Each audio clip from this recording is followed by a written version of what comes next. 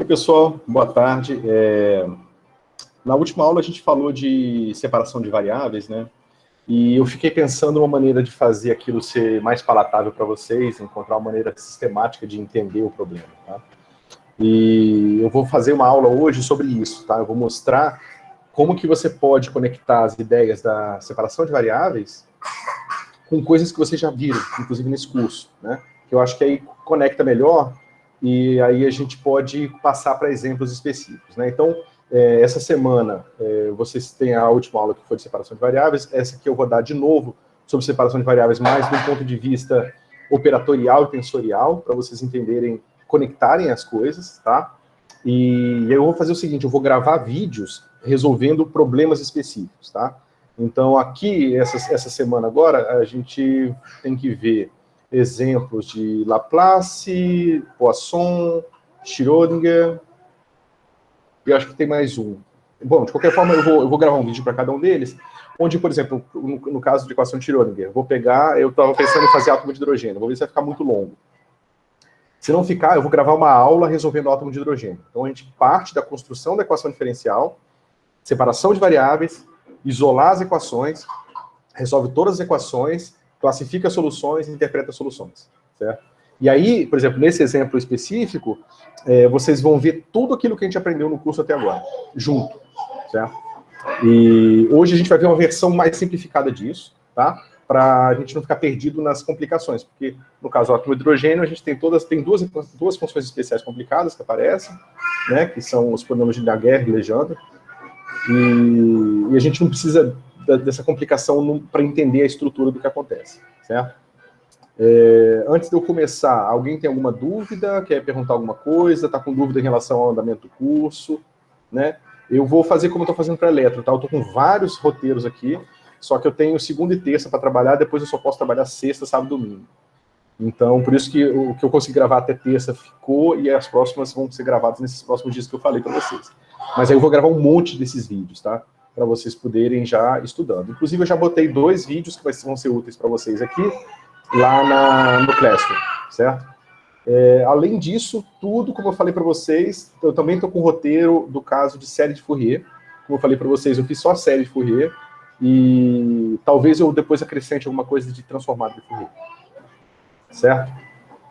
E aí, dúvida? Professor, pode falar. Essa aula de separação de variáveis, que foi a aula anterior, ela não está gravada, ao menos ela não está nas atividades, eu não encontrei. Ah, tá. Acho que você não deu upload. Desculpa, eu esqueci de... Não, na verdade o upload é automático, eu preciso voltar na atividade e mandar anexar. Eu esqueci de fazer isso, mas por lembrança, eu vou até escrever aqui, para eu não esquecer. Okay. Só um segundo.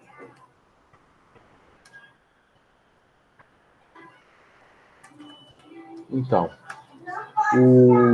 alguém me fez uma pergunta, foi o Marcelo. Pois é, Marcelo, isso aí tá chato, viu? Porque esse curso é um curso que mistura vários assuntos, né? Esse curso de Física Matemática 2. E eu pesquisei alguns livros de equações diferenciais parciais, e assim, eu não sei se eu conseguiria ver um livro que fosse ajudar mais do que atrapalhar, tá? Porque geralmente o livro de equações diferenciais parciais ele vai começar e vai passar vai ter uma série de discussões complicadas sobre outros assuntos antes de entrar em separação de variáveis e tal.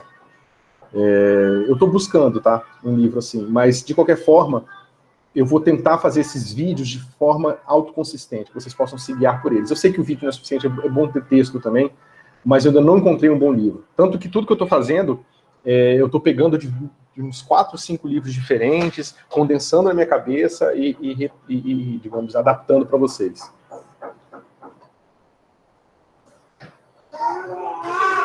Eu não conheço Khan Academy, mas eu posso procurar se tem algum curso online, em português ou em inglês? Em geral, são legais. Khan Academy? Alguém falou, só que eu não escutei. Pode repetir, por favor? No Khan Academy, dependendo do que tem ambos português e inglês. Ah, legal. Tá. Bom, eu vou dar uma olhadinha, pessoal. Eu estou devendo isso para vocês, eu passei um bom tempo, perdi tempo nisso, porque às vezes, quando você pega um livro um livro só sobre equações diferenciais parciais, geralmente é um livro de pós-graduação. E aí você pega um livro de física matemática, mas ele dá um pedaço, mas não dá outro. Então, por exemplo, se você pegar o livro do Afkin, ele faz separação de variável, mas ele nem fala que o nome daquilo é separação de variável e não, digamos, discute aquilo sistematicamente, né? Que é justamente o que eu preparei para essa aula de hoje. Então, eu por enquanto, eu estou devendo para vocês, mas eu quero encontrar um livro que seja conciso, né? Que eu possa dar só mais uma referência, para não ter que dar 4 referências, entendeu? Olha aqui para a separação de variável, olha aqui para a solução dessa equação, olha ali para... Entendeu? Eu não queria estar 3, 4 livros. Então, eu preciso procurar um pouco melhor, ver se eu encontro alguma coisa consistente. Pois é. E aí, pessoal, mais alguma... e outra coisa, a gente, depois desses assuntos, né, depois a gente resolver essas equações, vocês entenderem ali como é que vocês conectam método de Frobenius, com separação de variável, com equação de alta função ao valor, até com um certo quê de tensor, que é o que vai aparecer na aula de hoje. A hora que vocês entenderem isso, né, que vai ser esse assunto dessa semana, que vocês disserem que estão à vontade de tirar umas dúvidas, aí a gente já marca a prova, certo? A prova também, ok?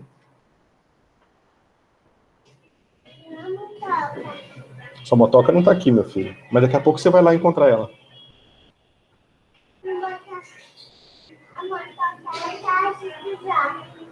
Isso, daqui a pouco você vai lá. Mais alguma coisa, pessoal? Posso começar?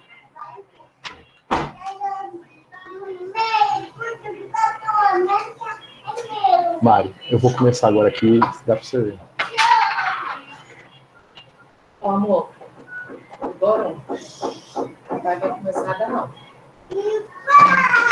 Amor, acabei de explodir. Você quer assistir algum desenho? Gente,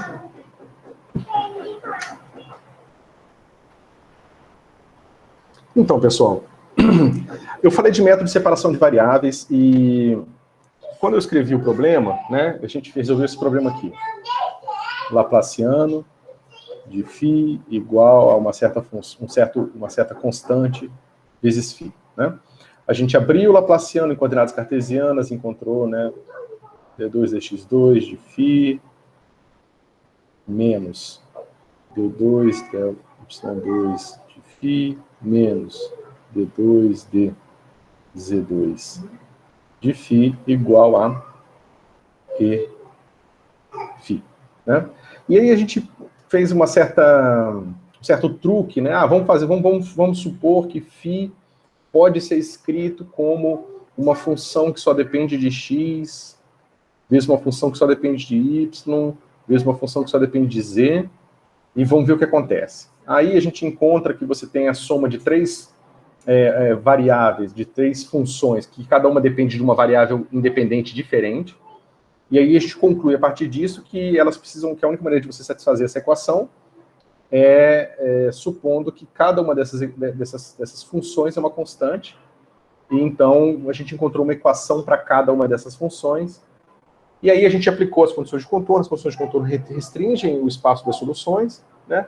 E a gente encontrou uma solução geral em que E basicamente vai ser L, vai ser π sobre L ao quadrado, nx ao quadrado mais ny ao quadrado mais nz quadrado, tá? Então isso aqui foi o que a gente viu na aula passada, certo?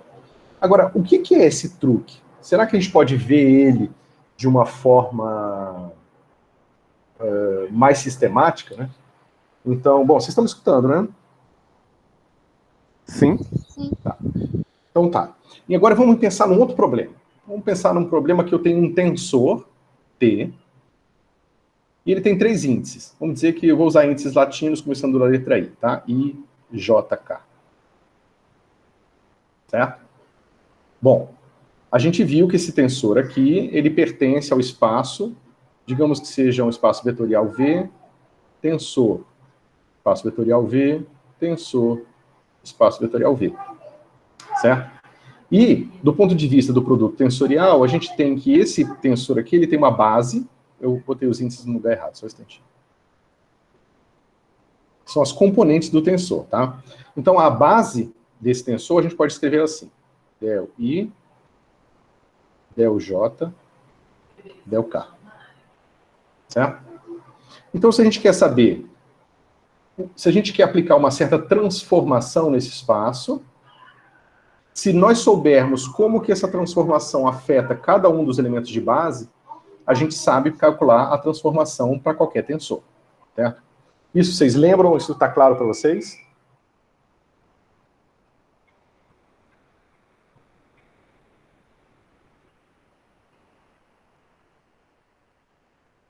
Não está claro? Não lembro? Professor, é que no meu caso eu tive que desligar o computador na última aula, então para mim tá... Eu vou começar a acompanhar agora as coisas, né? Mas... Não, mas eu ainda não tinha falado nada de tensor. Eu só queria saber se está claro essa questão de que, se você quer saber como um tensor se transforma, basta você saber como se transformam os elementos da base. Se isso é um conceito que está claro para vocês.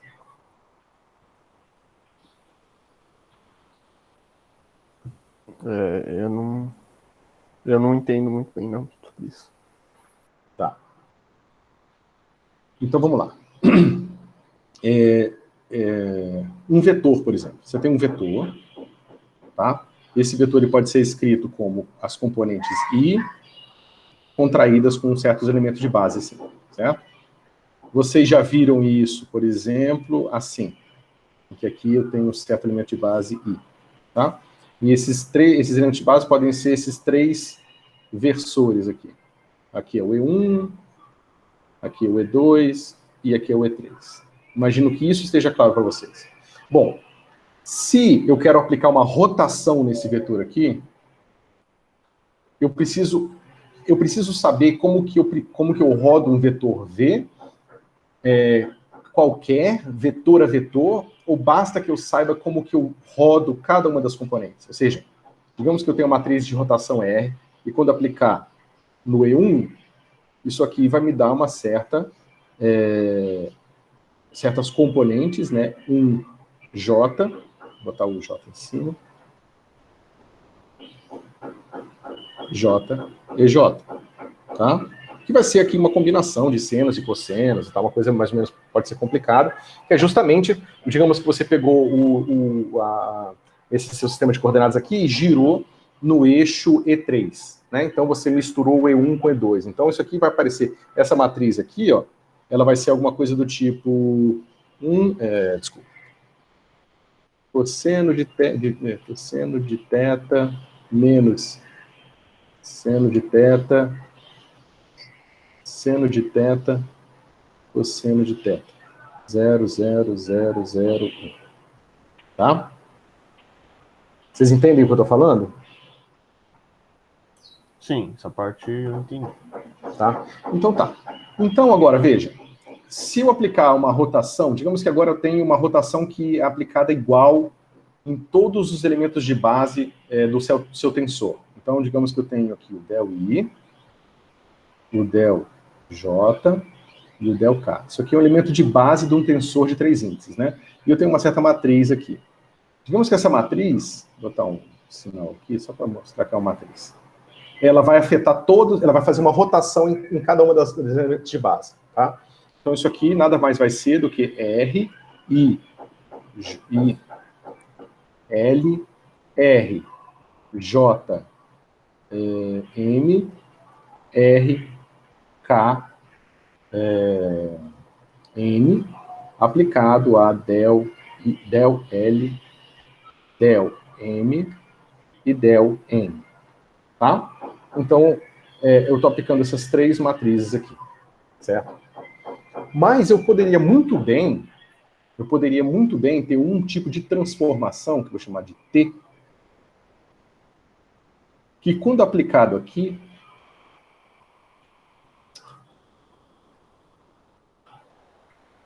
as coisas vão se conectar eventualmente, tá? Não precisa entrar em desespero, não. Eu tenho uma certa transformação T, que ela afeta, por exemplo, só esse primeiro espaço vetorial aqui do seu tensor.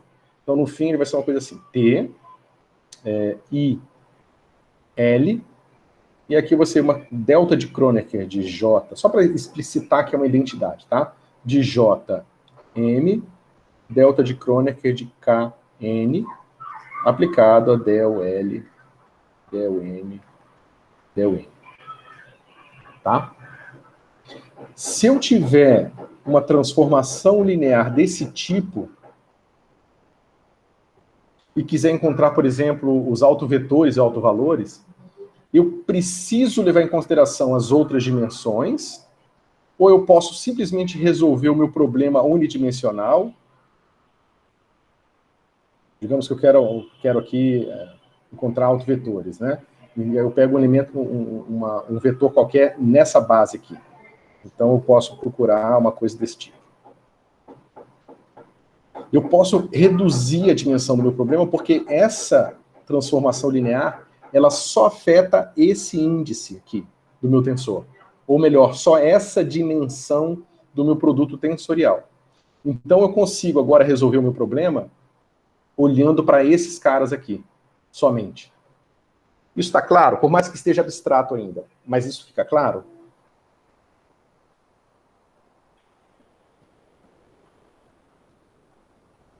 Ô, professor, só fiquei com uma dúvida em questão da palavra que você usou, desse alto valor, alto vetor e tal. Esses altos valores, altos vetores são números da base do vetor? É isso que você quer dizer com esse negócio? Você já viu o conceito de alto vetor e alto valor?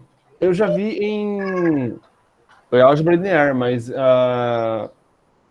eu não... Assim, eu passei na álgebra linear e tudo mais, só que eu não consegui manter... Eu não entendi muito bem a matéria, na verdade. Tá.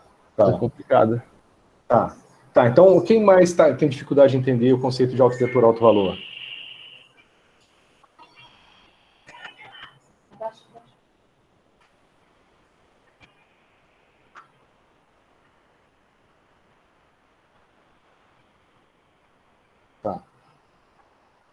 Vou supor que existe uma porcentagem razoável de vocês que não consegue, tá? Porque como quase nenhum de vocês fala, quem falou que tem, então vou supor que a maior parte de vocês tem, tá? Então, o conceito de alto vetor e alto valor é um conceito super importante em álgebra linear, porque ele mostra que você consegue relacionar uma transformação linear, tá, com um certo número de vetores e números, tá? Então, dado uma transformação linear no espaço vetorial V, você pode procurar soluções para essa equação aqui. Tá? Essa aqui é uma equação de alto vetor e alto valor. Tá? Então, o que ela diz para a gente? Ela diz para a gente que esse vetor aqui, ele não é modificado por essa transformação linear, né? Quando você aplica essa transformação linear nesse vetor, ele simplesmente ganha uma escala que se chama lambda, tá? E esse cara aqui, o nome dele é alto vetor, e esse cara aqui é alto valor, certo? Existe uma série de teoremas sobre transformações lineares que mostram, por exemplo, se você tem uma transformação linear que é simétrica, ou seja, ela pode ser representada por um tensor que satisfaz isso aqui, né? Você pode trocar os índices aqui. Então, você sempre tem 3 autovetores e 3 autovalores. Por mais que os autovalores possam ser repetidos. Ou seja, o seu problema pode ser degenerado ou não degenerado. Mas você sempre tem um problema de autovalor e autovetor bem posto. Tá? Com autovalores reais, por exemplo. Quando você tenta estender isso para espaços vetoriais complexos, você tem que agora não só ele tem que fazer isso aqui, mas tem que satisfazer isso aqui. E J tem que ser igual a TJI complexo conjugado. Tá? Então, nesse caso, você tem uma transformação, essa aqui é uma transformação simétrica, e essa aqui é uma transformação hermitiana. Tá? Mesma coisa, quando a transformação é simétrica ou hermitiana, você consegue provar que existem sempre autovalores, autovetores. E aí mais, os autovetores formam uma base completa no espaço vetorial, certo? Ou seja, você tem uma... Eu não tenho como dar uma aula completa sobre isso, então eu vou dar só uma repetição dos resultados mais importantes, tá? Então, você tem aqui que os seus vetores, os autovetores, você vai encontrar vários deles, né? Eles vão formar uma base completa no seu espaço, tá? E, por exemplo, quando essa matriz é simétrica e positivo definida, esses caras aqui são sempre positivos. E então você tem resultados muito importantes e muito úteis que vêm desse tipo de equação de autovetor e autovalor. Tá? Então, o que a gente vai ver, na verdade, é que tudo que a gente vai buscar daqui para frente tem uma relação direta com o problema de autovetor e autovalor. Só que, nesse caso, vocês estão pensando em espaços vetoriais de dimensão finita. Né? E E1, E2, E3, né? Um espaço de 3 dimensões. Agora, existe uma série de teoremas e demonstrações que mostram que esses resultados se carregam quando você vai para um espaço de dimensão infinita. Certo? Então, se em vez de você ter E1, E2, E3, você tem E1, E2, E3 até En, né? Onde esses caras são números inteiros, você está num espaço infinito, mas o que a gente chama de contável. Toda vez que seu espaço ele tem uma relação de 1 para 1 com números inteiros, a gente chama ele de contável. Então, para os espaços contáveis, você consegue mostrar uma série de teoremas importantes. Tá? E esses espaços de dimensão finita contáveis, geralmente a gente chama de espaço de Hilbert, por mais que você possa ter espaço de Hilbert de dimensão finita também. Tá?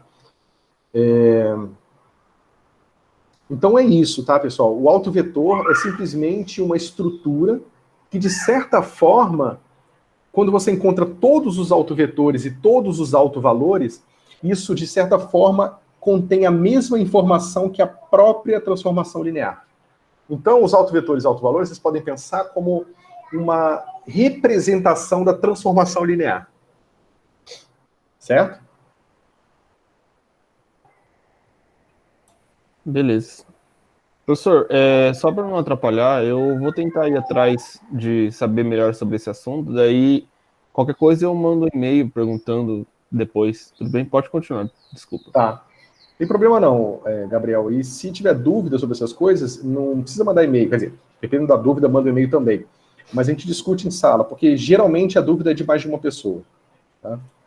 A não ser que nós estivéssemos numa situação que todo mundo está perguntando o tempo inteiro e a gente tivesse lotado com questões, aí eu ia falar para você deixar algumas coisas que não são exatamente do curso para responder externamente. Mas como não está sendo o caso, eu acho que a gente pode usar a nossa aula para isso, tá? Somente porque eu sei que vai ajudar outras pessoas também.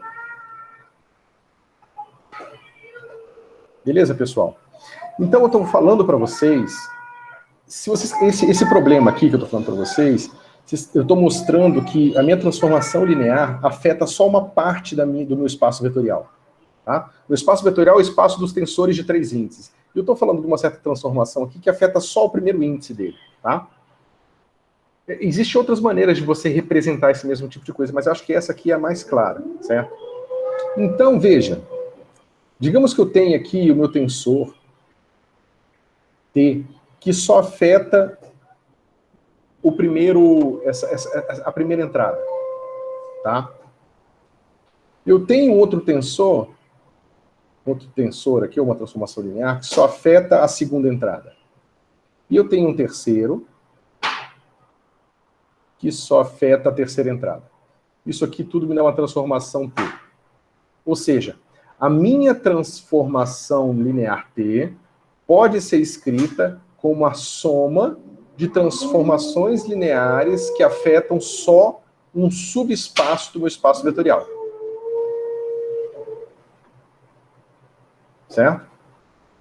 Nesse tipo de situação, se eu tiver essa minha transformação aqui aplicada a um certo vetor, se eu quiser encontrar autovetores, o que eu posso fazer?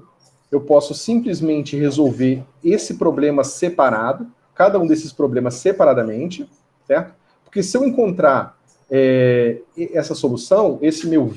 Tá, eu vou confundir vocês assim.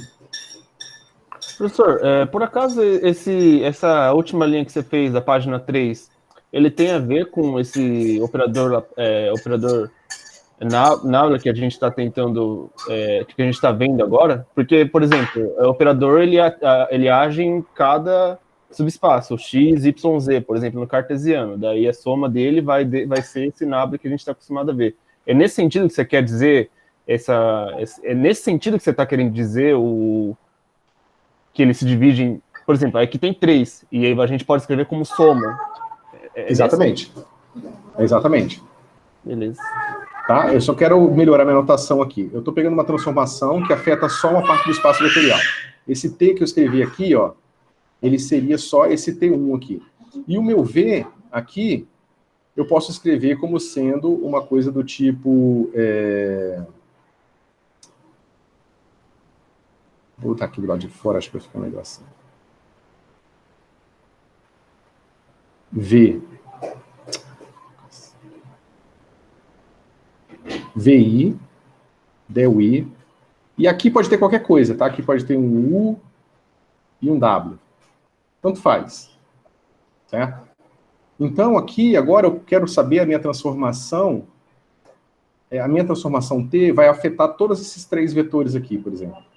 Só que se eu pegar só o T1, eu posso simplesmente reduzir, o meu problema vai ser assim, ó, o T1, pela definição que eu dei lá atrás, quando aplicado em del I, del J, del K, ele não altera esses 2 caras aqui, e no fim eu vou ter uma coisa assim, T1,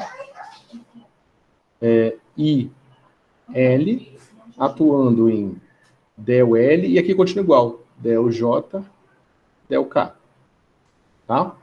Então, eu posso ignorar esses caras aqui, por enquanto, e resolver esse problema aqui, ó.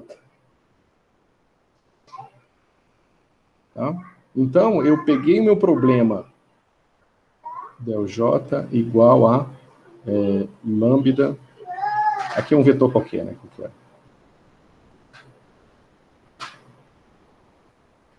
J lambda VI. Tá? Aqui os índices não estão muito bons, não, mas é só para vocês pegarem ideia, certo? Então, agora eu não preciso mais resolver esse problema aqui de uma vez. Basta eu resolver separadamente cada um desses problemas aqui. Como? Aí eu vou usar esses resultados, tá? Que se a gente tiver tempo, a gente vai ver, quando a gente for ver espaços de Hilbert.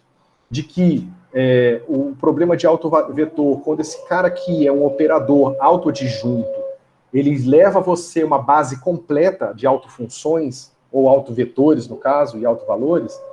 Então, como eu tenho uma base completa, a gente viu que, dado uma base completa aqui, e dado uma base completa aqui, e dado uma base completa aqui, eu tenho uma base completa para o espaço tensorial. Certo? Então, a ideia é o seguinte, quando nós passarmos para o nosso problema, de fato, que é esse aqui, menos Laplaciano de φ igual a E φ. O que a gente está fazendo é que a gente está pegando esse problema, você está pensando em φ de x, y, z como um tensor de 3 índices, é como se isso aqui fosse I, J, K. Esse cara aqui é um índice, esse cara é um índice, esse cara é um índice. Só que agora você tem um índice contínuo, tá?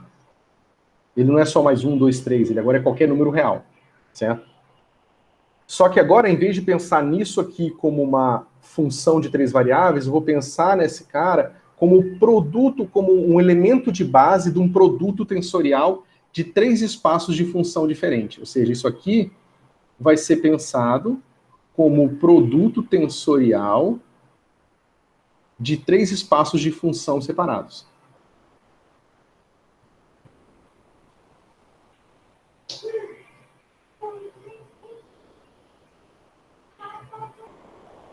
Certo? E aí eu sei que se eu encontro um conjunto de autofunções completo aqui, um conjunto de autofunções completo e um conjunto de autofunções completo, lembra que um conjunto completo é aquele que forma uma base, tá? Ou seja, qualquer vetor daquele espaço pode ser escrito como uma combinação linear de elementos daquela base. Tá? Então, se eu encontro um conjunto completo desse cara, um conjunto completo desse cara, um conjunto completo desses caras aqui, eu posso depois fazer combinações lineares arbitrárias deles e descrever qualquer função desse tipo que satisfaz essa equação. Professor, quando você diz autofunção, conjunto de autofunção, essas autofunções a gente pode entender como soluções de cada uma dessas funções que você separou em variáveis aqui? Exatamente isso. Beleza. É exatamente isso. Essa questão de fazer combinações lineares para encontrar uma solução assim, mais geral, assim, essas combinações lineares é aquele negócio básico, aquelas coisas básicas, tipo somar, subtrair, multiplicar, essas coisas, e tentar simplificar. Isso quer dizer, certo? É quase isso, né? Por exemplo, alguém te dá os vetores de base x chapéu, y chapéu, z chapéu, ou como eu escrevo, E1, E2, E3. Esses vetores em si, eles têm uma utilidade, digamos, diminuída, né? Você quer, na verdade, trabalhar com combinações lineares arbitrárias deles, ou seja, você quer trabalhar com um vetor V, que no caso vai ser uma combinação, né, do E1, V1, mais E2, V2, mais E3, V3, certo? Você quer trabalhar com vetores quaisquer. Mas aí você sabe que quando você escreve em relação a essa base, as coisas ficam mais simples, porque você sabe como transforma a base, você sabe como o produto interno de elementos da base se dá, e aí toda essa informação que você conhece sobre a base se propaga para um vetor qualquer. Por exemplo, quando você calcula o produto interno do vetor V com o vetor U, você não precisa saber como é que calcula o produto interno do vetor V com o vetor U. Como você sabe decompô-los na base E1, E2, E3, e você sabe qual é o produto interno de EI com EJ, você propaga essa informação para cá e encontra qual é o produto interno entre qualquer V com qualquer U, entendeu? Entendi, professor. Fez sentido agora. Valeu. Então, a gente está fazendo a mesma coisa, que é o que eu já falei para vocês e vou cansar de falar, porque é o que os matemáticos fazem. Eu tenho um problema complicado. Eu vou transformar esse cara em 3 problemas mais simples. Mais simples, eles não são simples, tá? Eles são mais simples. Naquele exemplo da última aula, o que eu mostrei é que quando você faz isso aqui, é fácil ver, ou seja, digamos que eu substituo essa expressão aqui. Quando eu fizer isso, o que eu vou encontrar? Eu vou encontrar o seguinte, menos, e agora eu vou dividir essa expressão toda por 1 sobre φ, tá? Isso aqui vai me dar o seguinte, 1 sobre x, del x, 2 del x2, menos 1 sobre y, del 2 y, del y2, menos 1 sobre z, del 2 z sobre del z2. Isso aqui tudo tem que ser igual a e. É uma constante, tá? Essa combinação é uma função que só depende de x. Essa combinação é uma função que só depende de y. E essa combinação é uma função que só depende de z. Como que pode uma função de x mais uma função de y, uma função de z ser uma constante? A única possibilidade é se essa combinação toda for uma constante. Tá? Então, se eu faço isso, eu vou chamar essa constante aqui de k ao quadrado. Certo? Então, eu vou encontrar que del 2x del x2 vai ser igual a menos kx ao quadrado, x aqui. Só que isso aqui é uma função só de x, tá? E eu vou ter o análogo aqui para... Né, isso. Eu vou ter o análogo para y, del 2y maiúsculo, del y2 igual a menos ky quadrado, y de y. E eu tenho del z maiúsculo. Eu só multipliquei depois por x aqui, por y aqui, por z, tá? E por z, 2 igual a menos z2, z de z. Então, veja, eu tinha um problema tridimensional, agora eu tenho 3 problemas de uma variável só. Certo? Olha que interessante. Se aquilo tudo que eu falei para vocês for verdade, então agora eu tenho um problema de alto vetor e alto valor, tá? Que se eu encontrar uma base completa de funções x que satisfazem essa equação aqui, eu posso escrever uma solução dessa equação como uma combinação de elementos de funções de base aqui. Tá? Então vamos fazer isso explicitamente. A gente botou, lá no exemplo anterior, a gente botou as seguintes condições de contorno. Né? Eu vou botar as condições de contorno em φ. A gente falou que φ de 0, yz é igual a 0, tá? Que é igual a φ de L, y e z. Tá? A gente botou as condições, isso aqui é na fronteira de x, tá? A gente botou as mesmas condições aqui em y. Se alguém não entender isso aqui, me avisa. X, L, Z. Ou seja, eu estou botando um cubo com o vértice esquerdo inferior na origem, tá? E que eu estou falando que essa função é zero nas paredes desse cubo. Podia fazer uma coisa que não fosse cúbica, tá? Mas eu fiz aqui só porque não tem nenhuma importância, a gente não ganha nenhuma informação extra em não ser cúbico. Tá? X, Y e L. Tá? Quando você aplicar essa forma aqui, olha o que acontece. Isso aqui vai levar de que x de 0 é igual a x de L, que é igual a 0. Tá? Então, agora eu tenho condições de contorno para x maiúsculo. Se eu aplicar essas condições de contorno para x maiúsculo, aí agora eu não vou repetir isso, tá? Isso aqui eu vou encontrar que uma solução vai ser dada por n igual a seno de n π sobre L x. É fácil ver quando x for 0, esse cara dá 0, e quando x for L, aqui o argumento do seno é múltiplo de nπ. E múltiplo de nπ, onde n é um número inteiro, vou botar um coeficiente Cn aqui. Né? Esses múltiplos, não, vou botar um coeficiente. Deixa eu ver se o coeficiente é melhor. Esse múltiplo, esse cara vai dar 0 nos dois pontos, tá? Eu perdi o que eu estava falando, mas tudo bem. Então, você vê que esse cara aqui é uma solução dessa equação. Basta ver que a derivada segunda de seno, né, da cosseno, a primeira derivada, e a segunda derivada da seno de novo, mas com um sinal diferente. Então, é fácil ver que esse cara aqui, del 2, del x2, vai ser igual a menos nπ sobre L quadrado, tá? Aqui eu vou chamar de nx, tá? Vezes o próprio x. Então, aqui a gente viu que para satisfazer as condições de contorno, a gente precisou escolher kx igual a nx π sobre L. Tá?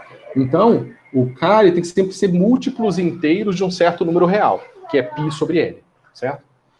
Então, veja, eu posso agora, e aí isso que eu vou mostrar na aula de série de Fourier para vocês, é que se eu tenho o seguinte problema, eu tenho uma reta real e eu tenho uma função que está definida entre 0 e L.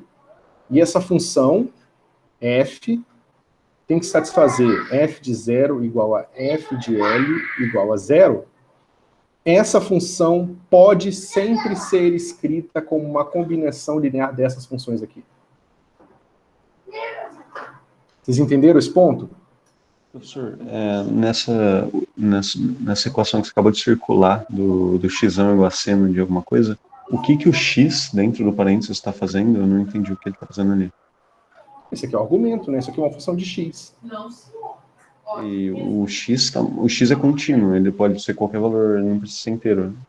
Ele não precisa ser um número inteiro, ele pode ser qualquer valor entre 0 e L. Ok, e o que está em cima do x que eu não identifiquei, eu me perdi. Isso aqui é uma seta, só apontei para ele. Ah, tá, obrigado. Valeu. Tá? Então, o que eu estou falando, o que eu vou mostrar, por exemplo, a gente pode fazer uma demonstração, existem várias demonstrações gerais para que quando você tem um problema desse tipo, aqui, por exemplo, unidimensional, as soluções dele formam uma base completa no espaço das funções que satisfazem as mesmas condições de contorno que aquele problema seu satisfez. Tá? Esse é o problema de Sturm-Liouville, que é o problema de autovetores e autovalores para funções de uma variável só, que satisfazem uma certa equação diferencial de segunda ordem. Certo? Então, veja, aqui eu estou começando a construir aquelas mesmas ideias que eu estava mostrando para vocês do ponto de vista tensorial, mas é porque fundamentalmente são a mesma coisa, tá? Ou seja, o que eu estou falando para vocês, então, é que eu posso pegar essa função f, que satisfaz essas condições aqui, e posso sempre escrevê-la assim. Isso aqui é uma certa combinação de Cn, xn de x, onde n vai de menos infinito a infinito. Como esse seno aqui ele tem uma paridade bem definida, né, por causa do n, então eu não preciso somar de menos infinito a mais infinito, basta somar de 0 a infinito. Tá? Isso está claro? Porque quando eu pegar n igual a...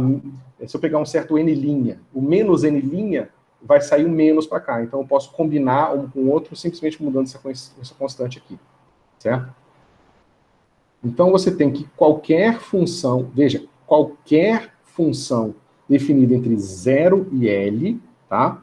E aí tem as restrições mais delicadas, que eu não vou entrar aqui, que elas têm que ser diferenciáveis, contínuas, blá, blá. Na verdade, isso precisa ser contínuo.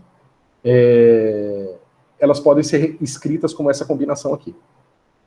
Tá? Então, você veja que aqui a gente tinha visto isso um pouco quando a gente falou de série de potência, né?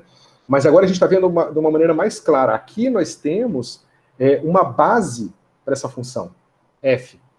E por mais que esse índice aqui dela seja contínuo, essa base, e é isso que é importante para você ser um vetor no espaço de Hilbert, de dimensão infinita, é que essa base é contável.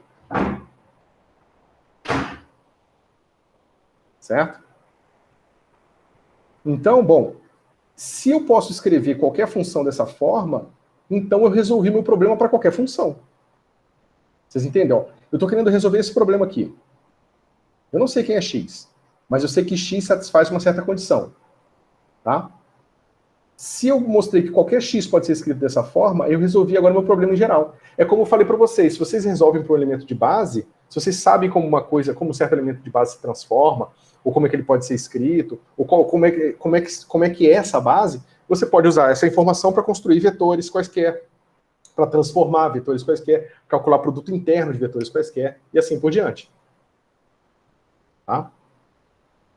Então, fazendo o análogo que a gente tinha feito a isso aqui, ó, esse análogo não é ideal, porque aqui eu estou usando os mesmos elementos de base, porque aqui eu tenho o mesmo espaço vetorial, tá? Mas eu poderia ter feito aqui elementos de base diferentes, se meus espaços vetoriais que eu estou calculando o meu produto tensorial fossem diferentes. Né?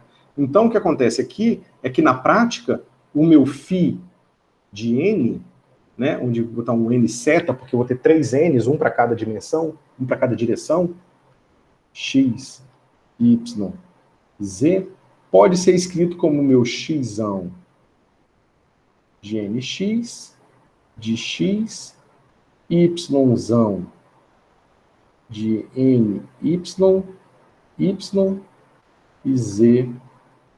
zão de n, z de z.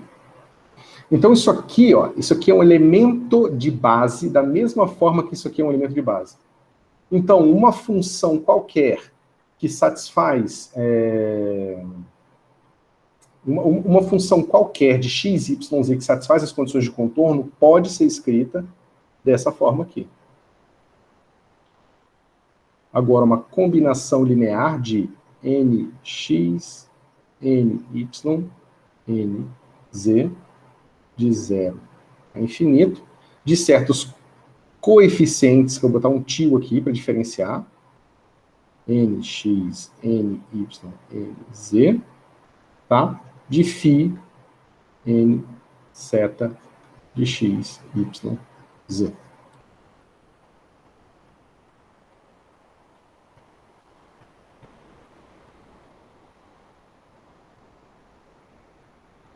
Tá certo, pessoal?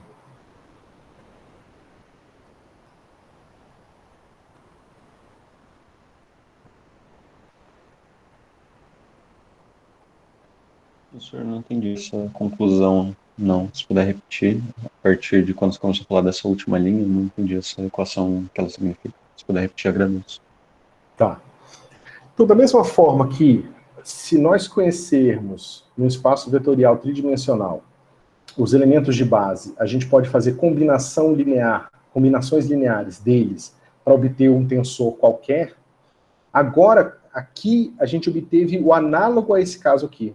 Só que aqui o i, digamos, caso tridimensional, ele é 1, 2 e 3 só. Tá? Só que agora, o que eu estou encontrando é que eu tenho índices aqui que vão de 0 até infinito. Tá? Então, esses caras aqui, eu tenho infinitos elementos de base. Antes eu tinha 3 vezes 3 vezes 3, agora eu tenho infinito vezes infinito vezes infinito. Certo?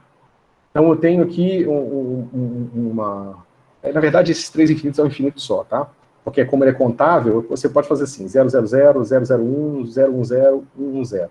E assim por diante. Eu posso ordenar esses caras aqui em inteiros, sempre, tá? Então agora eu tenho um elemento de base genérico, tá? E eu fazendo combinações lineares desse elemento de base, eu posso escrever uma função qualquer que satisfaz as condições de contorno que estão aqui.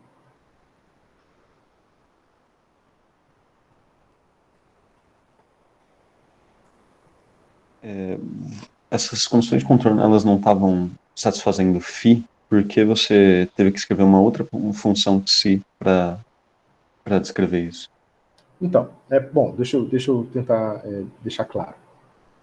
Aqui eu estou procurando uma função, uma autofunção aqui. Tá? Lembra que eu falei para vocês que quando vocês procuram autofunções, vocês acabam encontrando um conjunto completo de autofunções? Vou dar um exemplo, bem simples, tá? Só para ver se ilumina um pouco o que eu estou falando. Vou pegar uma transformação linear muito banal. Talvez seja simples demais e não ajude, mas talvez não. Tá? Essa é uma transformação linear. Isso aqui é 0, tá? Aqui é C. Essa é uma transformação linear. Vocês concordam? Eu posso pegar um vetor qualquer aqui que tenha componentes alfa, beta e gama e tentar encontrar as autofunções, os autovetores e autovalores dele. Tá? Então eu quero uma coisa que satisfaça isso aqui. Todo mundo entende a notação do que eu estou escrevendo? Isso aqui é uma matriz quadrada aplicada num vetor coluna que dá um vetor coluna. Certo? Tá? Então vamos lá. Vamos tentar resolver essa equação aqui. Tá? Existe a técnica geral e bom, eu vou fazer a técnica geral. Tá? Vocês veem que isso aqui eu posso jogar para o lado esquerdo e escrever o seguinte. Alfa menos lambda 0, 0, 0, 0, 0. Zero demais. B menos beta. Não, alfa. B menos lambda. 0, 0. E C menos lambda. Vocês concordam? Isso aqui tudo aplicado a alfa, beta, gama igual a 0. Tá? Se essa matriz tiver inversa, isso aqui só vai ser verdade. Se essa matriz aqui, que eu acabei de pegar, ela tiver uma inversa, então essa igualdade só vai se dar, né, porque aí eu posso multiplicar pela esquerda pela inversa dela e obter a equação alfa, beta, gama igual a 0. Então, se essa matriz tiver inversa, a minha única possibilidade é a solução trivial em que o vetor é 0. Tá? Se isso não estiver claro, por favor, me perguntem. Bom, então eu quero que isso aqui não tenha inversa. Para uma matriz não ter inversa, o determinante tem que ser igual a quanto?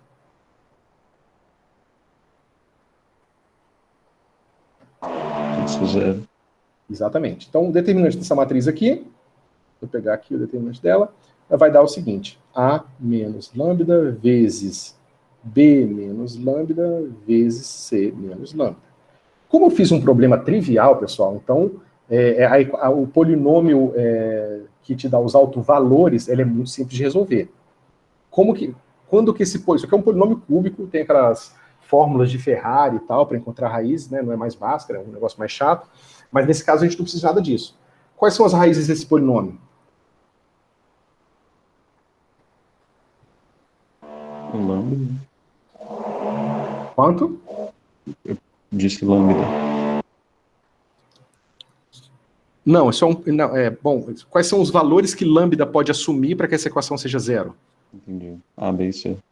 Exatamente. Então você vê que igual Bhaskara te dá 2 valores, aqui eu tenho 3 valores. Tá? Então eu vou ter 3 autovalores diferentes. Quando você tem por exemplo, um problema tridimensional, se você tem 2 autovalores diferentes e 2 iguais e um diferente desses 2, aí você tem que quebrar a degenerescência. Mas a gente não entra nesse tipo de detalhe porque não é importante para a gente agora, tá? Mas isso eu estou dizendo que pode acontecer da mesma forma que lá no Frobenius a gente tem às vezes raiz repetida, e a raiz repetida leva a uma certa indeterminação que você precisa resolver de outra forma. Isso pode acontecer, mas eu só estou citando, não vai ser importante para a gente agora. Então, eu sei que eu preciso resolver essa equação agora para lambda igual a A, ou B, ou C. Certo? Então, quando eu fizer isso, eu vou ter a seguinte equação. Digamos que lambda é igual a A, para encontrar quem é o autovetor associado ao primeiro autovalor. Tá? Então, eu vou ter a seguinte aplicação. A, B, C. Então, um zerão aqui, né? Aplicado em alfa, beta, gama, igual a A, alfa, beta, gama. Certo?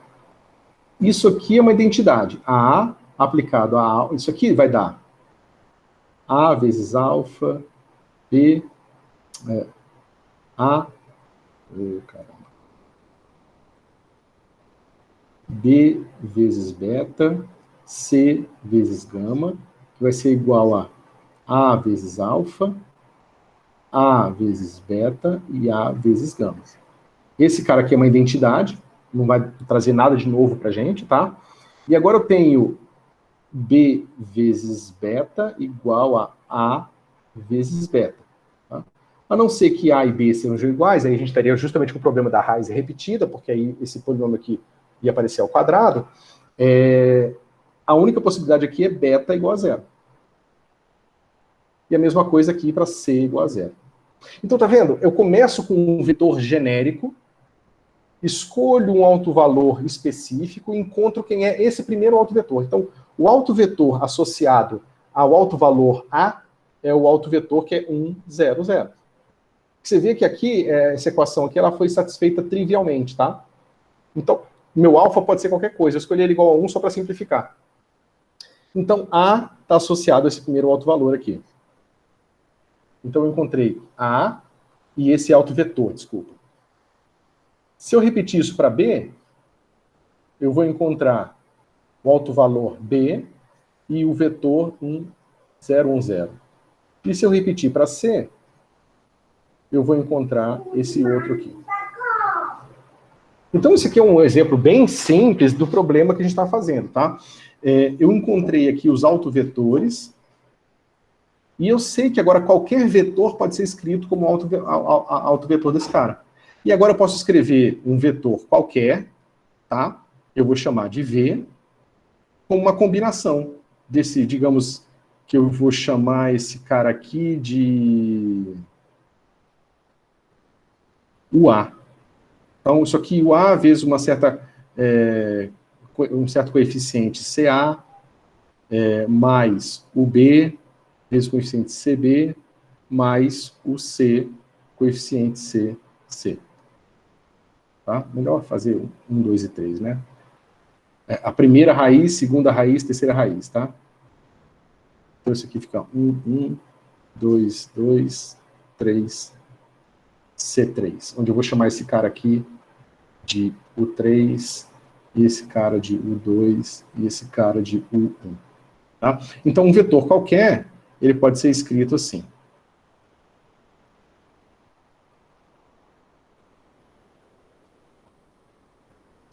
Certo? E agora eu sei como que a minha transformação, que eu vou chamar de T, atua aqui. Se eu aplicar T em V, eu sei que que o U1 é autovetor de V com um autovalor A. Então isso aqui vai ficar assim, A, U1, C1, mais B, U2, C2, mais C, U3, C3. Certo? Então, veja, agora eu sei como atuar minha transformação num vetor arbitrário. Porque eu posso escrevê-lo em termos desses elementos de base aqui, que eu obtive encontrando o problema de autovetores autovalores. Certo? Certo. Então, ó, eu posso tentar, eu vou dar agora para vocês um exemplo prático da utilização disso, tá? Que eu acho que talvez possa quebrar um pouco a abstração aqui. Tá? Então, digamos que eu quero resolver a equação de Schrödinger, tá?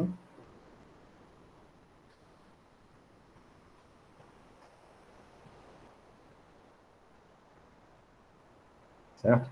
Esse meu H aqui vai ser um operador, que eu vou simplesmente chamar ele de menos, eu vou botar H cortado igual a 1, porque a gente não precisa disso aqui, tá? Menos Laplaciano, tá?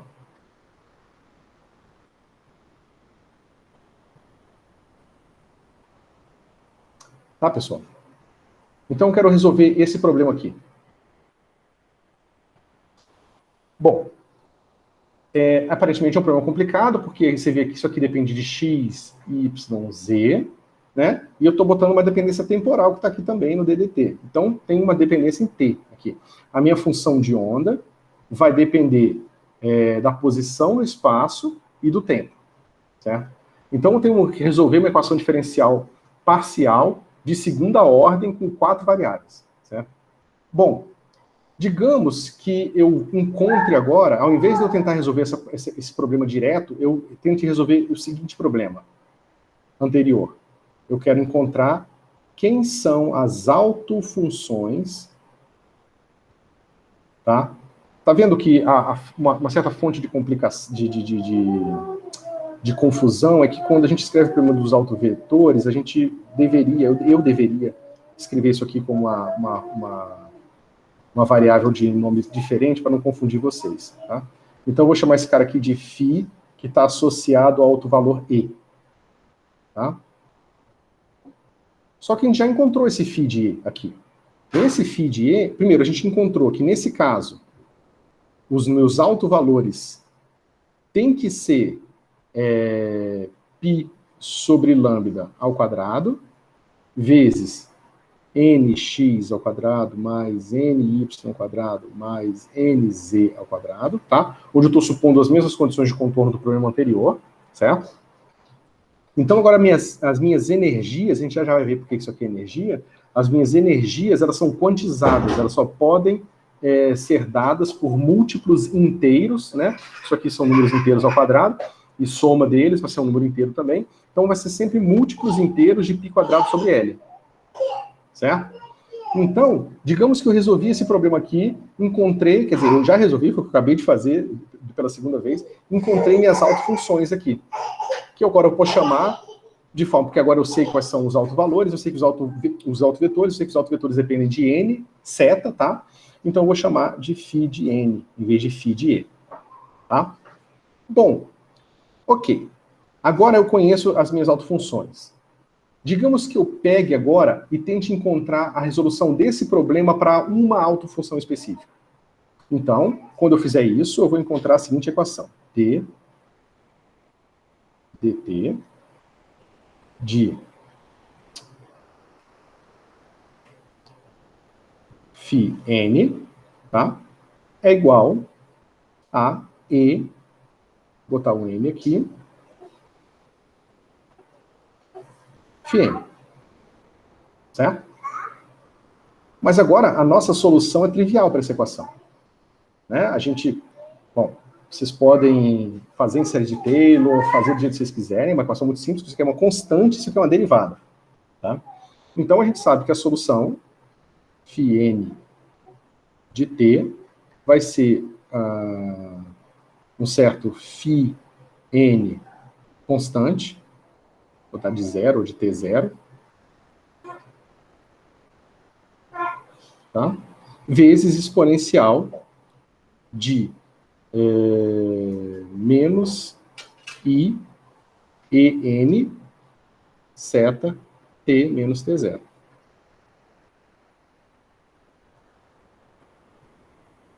Viram? Então, olha, a minha autofunção, eu posso agora usá-la para resolver a parte temporal da equação de Schrödinger. Eu substituo ela na equação de Schrödinger e encontro uma equação muito mais simples. Agora eu estou estudando como que a base evolui no tempo. Uma vez que eu conheço como a base evolui no tempo, eu consigo resolver um problema geral. Já vou chegar lá. Isso aqui, vocês entenderam?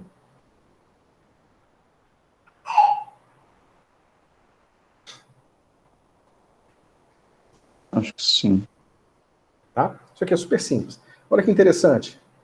Eu não sei quem já viu mecânica quântica ou física moderna, de qualquer forma, vocês vão ver eventualmente que a distribuição de probabilidade ao quadrado, que a distribuição de probabilidade associada a uma certa função de onda, né, ρ, é simplesmente dado pelo módulo da função de onda ao quadrado. Então, se a sua função de onda for inicialmente igual a uma função desse tipo aqui, ó, então ela vai ser módulo de φ, de t, né? Mas isso aqui é um número complexo de módulo 1. Um número complexo de módulo 1, né? Quando eu multiplicar esse cara pelo conjugado complexo, esse cara vai embora.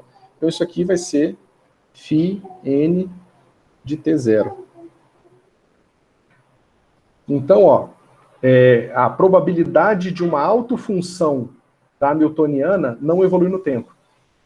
Ou seja, se você bota o seu sistema físico descrito por aquela função de onda originalmente num alto estado da hamiltoniana, o sistema não evolui.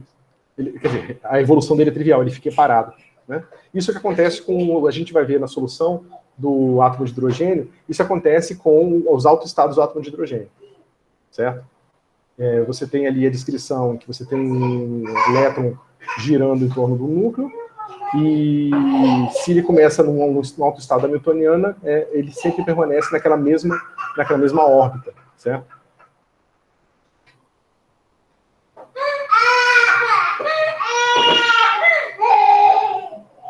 Só um instantinho, pessoal.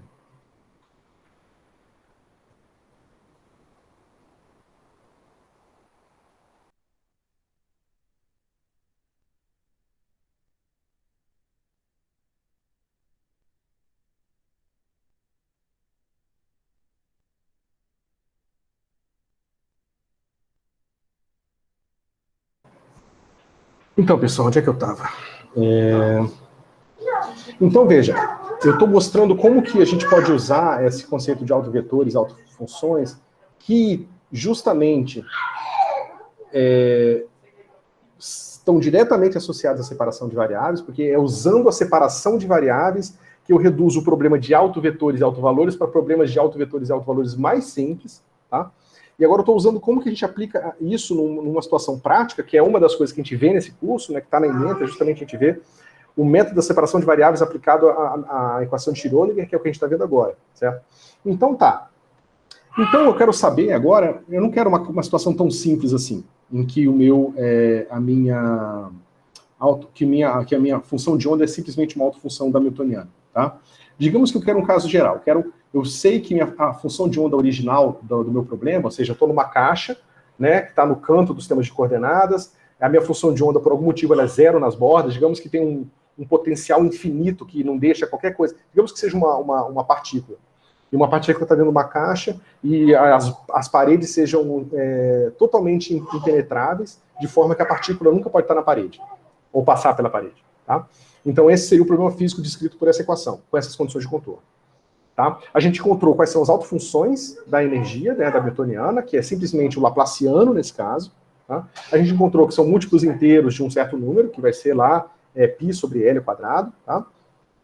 E agora a gente quer saber como que evolui no tempo, ou seja, a distribuição de probabilidade é uma certa distribuição lá, que digamos que eu tenho uma grande chance da partícula estar num certo canto da caixa. Eu quero saber, depois que passar 5 minutos, qual é a probabilidade de encontrar aquela partícula no outro canto da caixa. Certo? Então eu sei que a minha função de onda inicial vai ser igual a uma certa função f, aqui x seta, tá? É o xyz. Só para não ter que ficar escrevendo as três. Tá? Ou seja, a minha função de onda inicialmente é dada por uma certa função f. Mas como eu falei para vocês, uma função f qualquer que satisfaça as condições de contorno pode ser escrita como uma combinação, que eu vou chamar f tilde de n, tá? De elementos da base, que eu chamei de n seta. E depende de x seta. De 0 a infinito. Certo? Então, veja, se eu sei que esse cara aqui resolve o meu problema, e eu sei também que veja, a evolução aqui de um elemento de base é dada por isso aqui. Né? Então, esse elemento de base aqui é no tempo t0,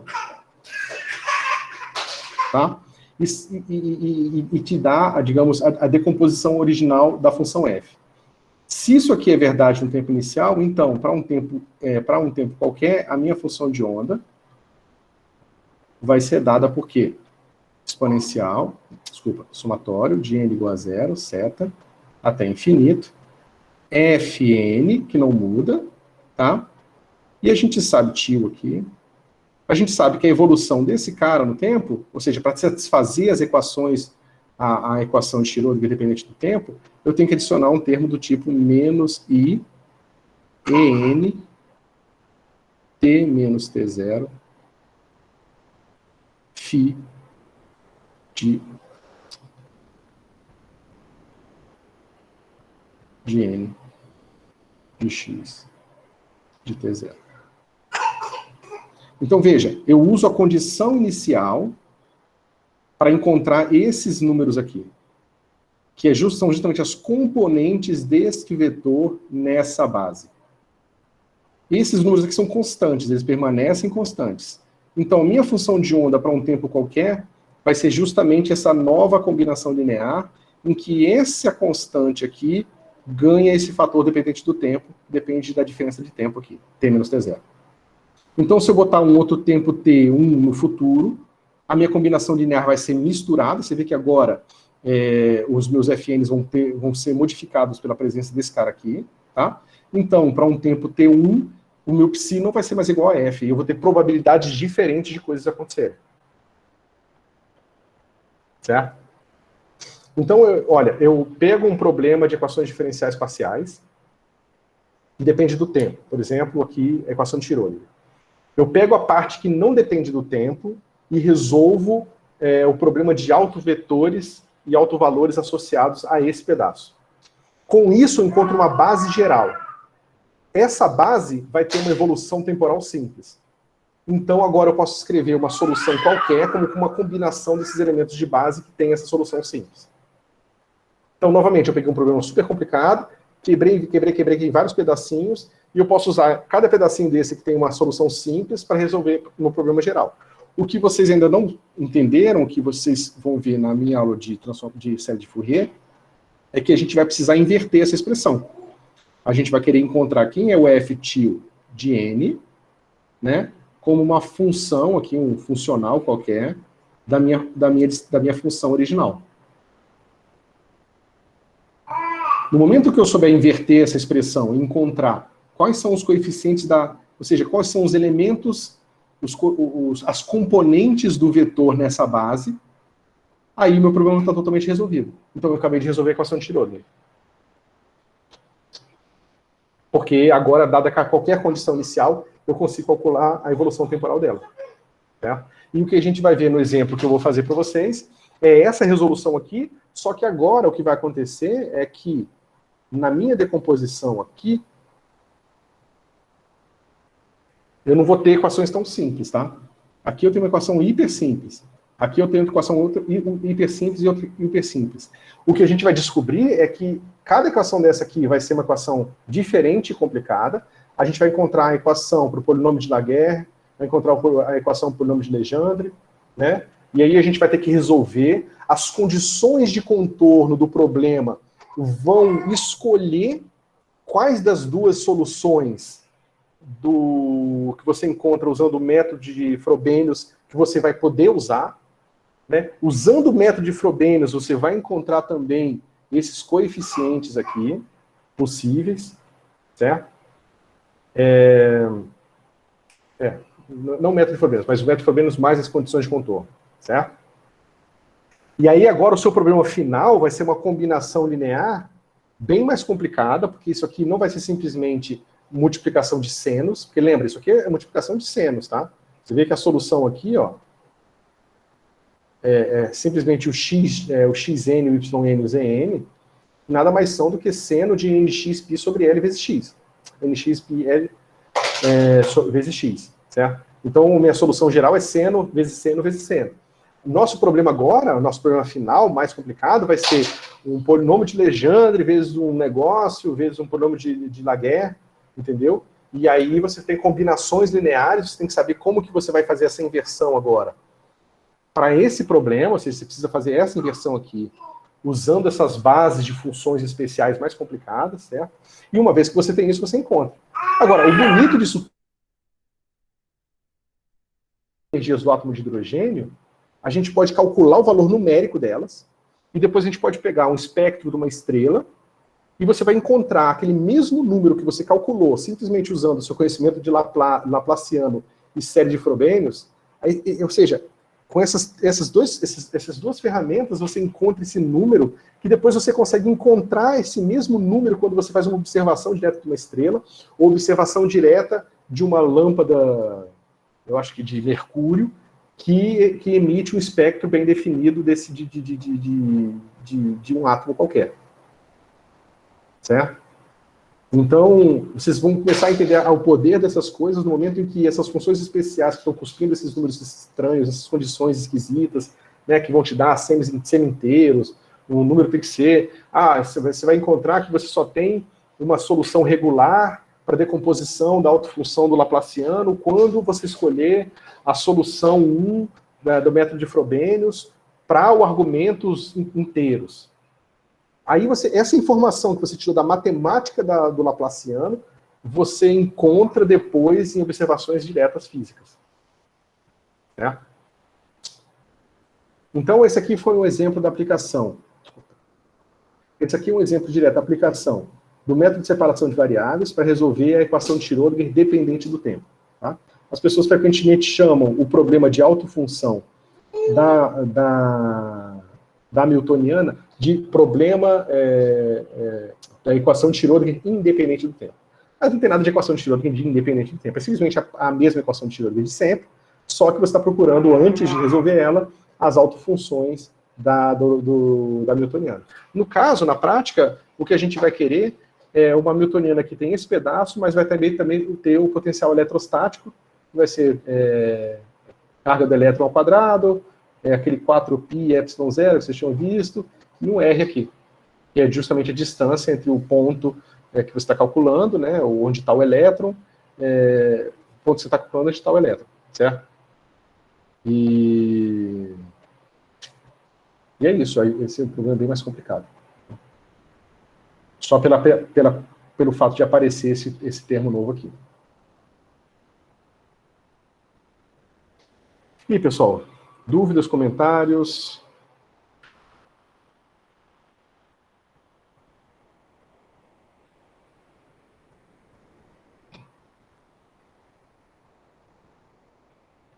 Professor, eu acho que acabou de começar a matéria, então não tem muito que a gente... Acho que com o exemplo e os vídeos que você vai soltando, a gente vai conseguir entender mais as aplicações e tudo mais, né? Eu vou procurar algumas coisas para ler sobre isso também, porque eu tô vendo por acaso aquele livro que você passou do Bender tem essa parte, alguma coisa assim? Eu tô tentando ter outras coisas para ler também sobre o assunto. Não, como falei para vocês no começo da aula, eu preciso procurar um bom livro que tenha essa parte toda de forma bem mais consistente.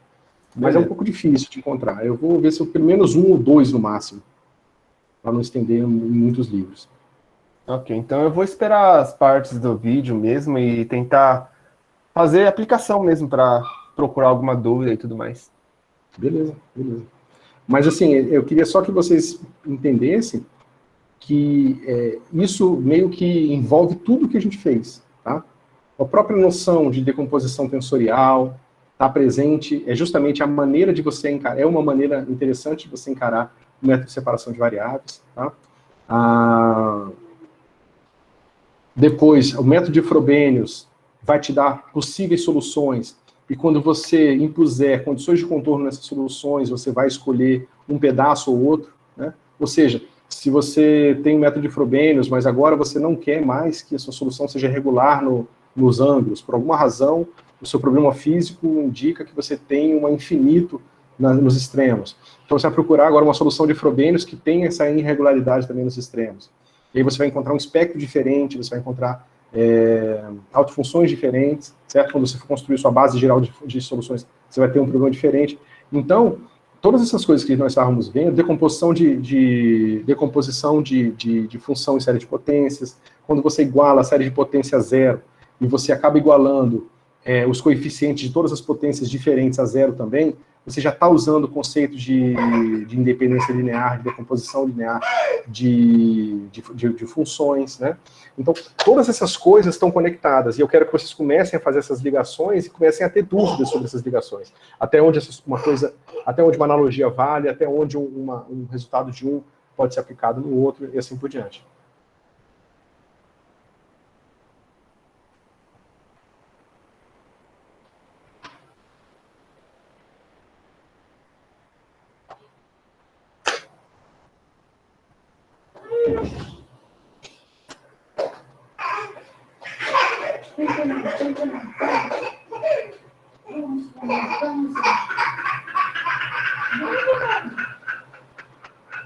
Vocês viram os vídeos que eu tinha colocado, que eu já tinha colocado lá, sobre Laplaciano, a equação de Poisson?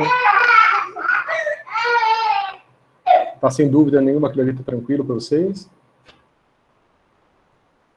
Eu vi lá, professor, mas eu não diria muito tranquilo. Eu acho que está muito bem explicado, mas eu tenho que ver pelo menos mais uma vez para anotar tudo e tentar absorver totalmente. Eu achei muito bem explicado, o vídeo está muito bom, só que eu não achei tranquilo, não. Então, tá.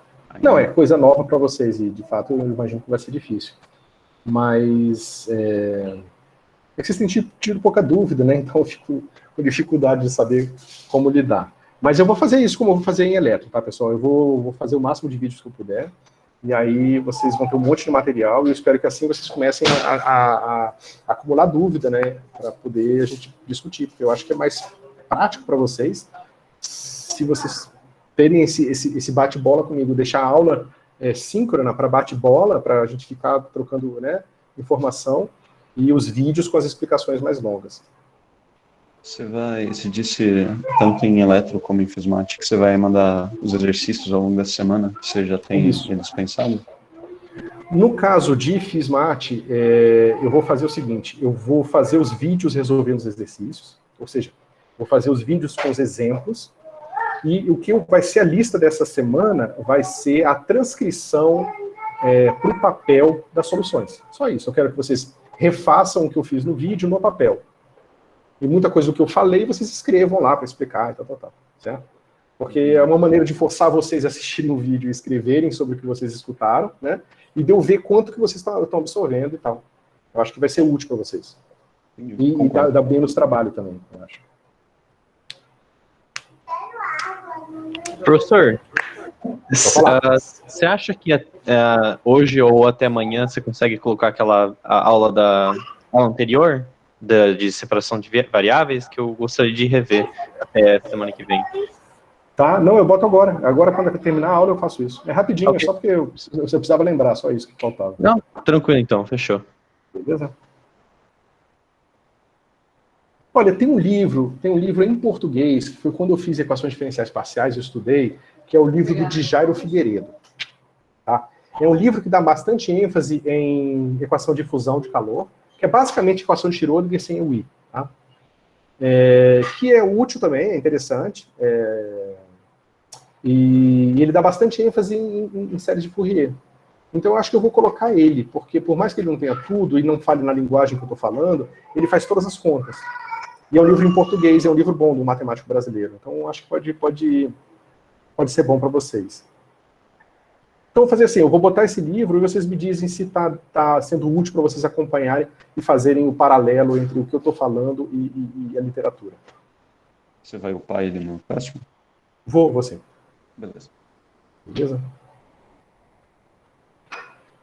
Então tá, pessoal. Se vocês não tiverem mais nenhuma dúvida, a gente pode encerrar por hoje.